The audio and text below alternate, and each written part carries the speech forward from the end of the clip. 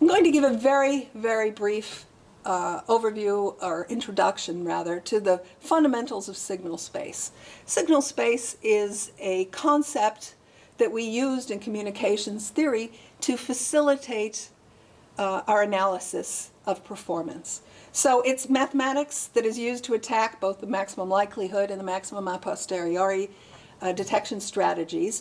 It comes up with decision rules. So far, I've only talked about the binary case, and the binary case is much simpler. But as we get into advanced modulation formats, in advanced modulation formats, we actually use symbols, not bits, but symbols. Suppose I have a sequence of bits. One strategy I can do is to break them up into bunches of bits. Suppose I put 3 bits together. Then I can call these a symbol.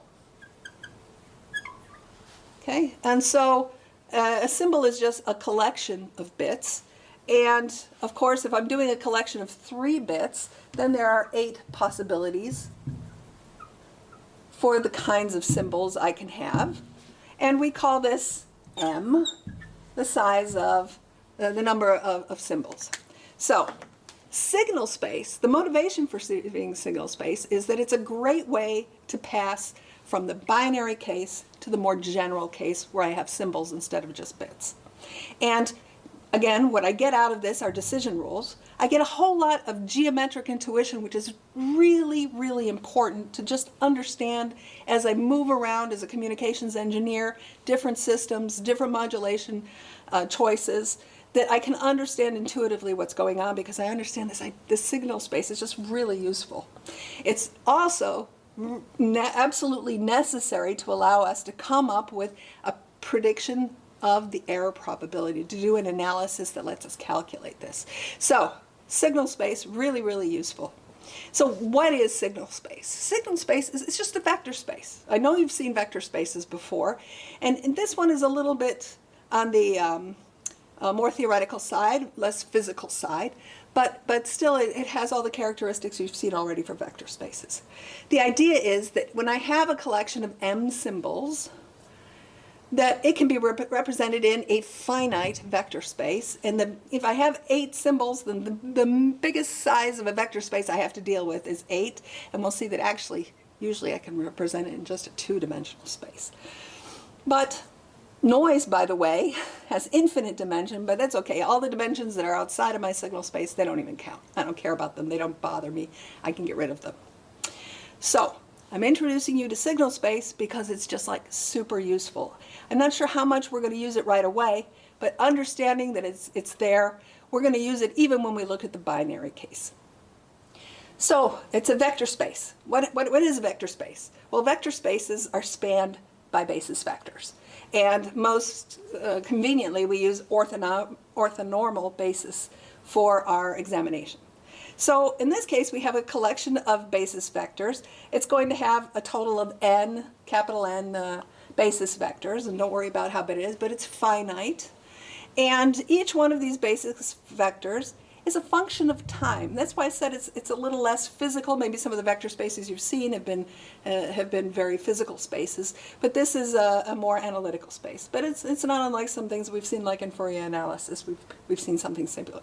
So this is a function of time. We have n functions of time. Because it's an orthonormal basis, there's some sort of inner product of any 2 of these, and we know that they're orthonormal, which means that it's either 1 or 0 for this inner product. If it's the same one, index I and j, then it's got inner product of 1 because it's normal. And if it's I not equal to j, it's 0 because it's ortho. Fine. What is the inner product? You know, what's the inner product when I'm talking about 2 functions of time? Well, in this case, in signal space, we're going to define the inner product to be the integral, the correlation. So I take signal 1, signal 2, multiply them together, and then I integrate them over 1 bit period. And that is known as the inner product in signal space. So the last thing I want to mention is that I said there's some number n, but if I have m symbols, I'm guaranteed that n is no larger than m. That's just to emphasize that this is a finite signal space. That's what's nice about digital communications versus analog communications. I couldn't do this in analog, but in digital, when there are only m possible symbols, then the space is of dimension at most m, and often the dimension is much smaller. So consider now the binary case. I said we can use signal space even for binary transmissions. In this case, there's just two basis vectors. There's psi1 and psi2. The inner product of psi1 with psi2 is 0, whereas the inner product of psi1 with itself, psi2 with itself, gives 1. And the inner product is defined very clearly as we did before.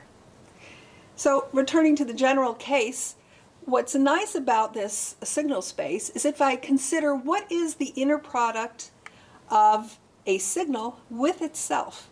So now I'm taking the correlation of a signal with itself, so I have the signal squared integrated over time. We call this the 2 norm in the case of vector space. And what's great is that now I can interpret this as signal energy. So that's a very convenient way of doing my analysis, that now an inner product represents energy. And in a digital communications course, a digital communications system, I want to know that what is the average signal energy over a bunch of m symbols. Why? Because we'll see very soon with our simple binary example, the energy in each one of the symbols, each one of the bits, may not be the same. And so if I want to characterize the system, I'm going to have to compare maybe disparate modulation systems. And in order to come up with some fair way of comparison, I'm going to base it on what is the average energy per symbol, binary case, the average energy per bit. Very simple definition. I just sum over the energy of each one and average it. And finding the energy is very simple in this signal space. So I said that one of the reasons we like signal space is because you get so much intuition from it. And I'll give you the case right here. This is 3-dimensional, it's not binary, it's tertiary, but imagine that I have a set of signals in this 3-dimensional space, and one of the signals is located in 3-dimensional space, is located at this point. One of my symbols that might be transmitted by my transmitter. And I have another one over here. So I've shown 2 possibilities of the 3 symbols I might be transmitting. And they're physically located in different corners of this physical space. What I'm showing around there is this cloud of points. And this cloud is the result of having added noise to it. So every one of them started dead center at the end of this vector. But because this symbol was corrupted by noise, one time the transmission I had very high noise, another one I had very little noise, a lot of noise, little noise. And I see something that looks like a cloud around this position, this mean. And here's another cloud. And now here's this random received vector, my test statistic, I put in this signal space. I received something, I put it in the signal space, and I can just take the same intuition I had in the binary case. I'm going to choose the one that's closest. And this is a way, I'm trying to describe to you how this vector space, which is the signal space, is very useful for gaining intuition, understanding how noise is pushing things, how we should take our strategy to keep these symbols as far apart as we can so the noise corrupts it less. All these concepts help us as we develop more advanced modulation formats. So let's just look back a little on what we've covered as a sort of fundamentals of binary communications. We covered 2 modulation types for binary, on-off keying, and phase shift keying, binary phase shift keying. We saw the receiver structure. We saw a linear sampling receiver, which is the way that we process the data we receive in order to make a decision. We learned about test statistic and the decision strategy, and why the receiver structure has the structure it does based on this strategy. We defined a couple of functions that we're going to see more of later that will help us in our bit error rate analysis. And we introduced the idea of a signal space for intuition and also for mathematical analysis.